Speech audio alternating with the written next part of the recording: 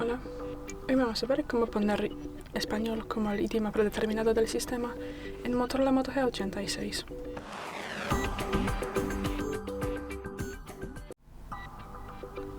Bueno, para esto pasamos a los ajustes. Luego bajamos y buscamos la pestaña Sistema. Luego abrimos la primera posición Idiomas, otra vez la primera, Idiomas del sistema. Y si aquí no nos aparece español, damos aquí Añadir idiomas. Luego buscamos español y marcamos de qué país o región. En mi caso será de España.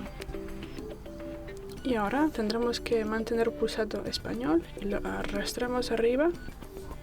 Confirmamos aquí con la opción a la derecha. Y ya, es todo.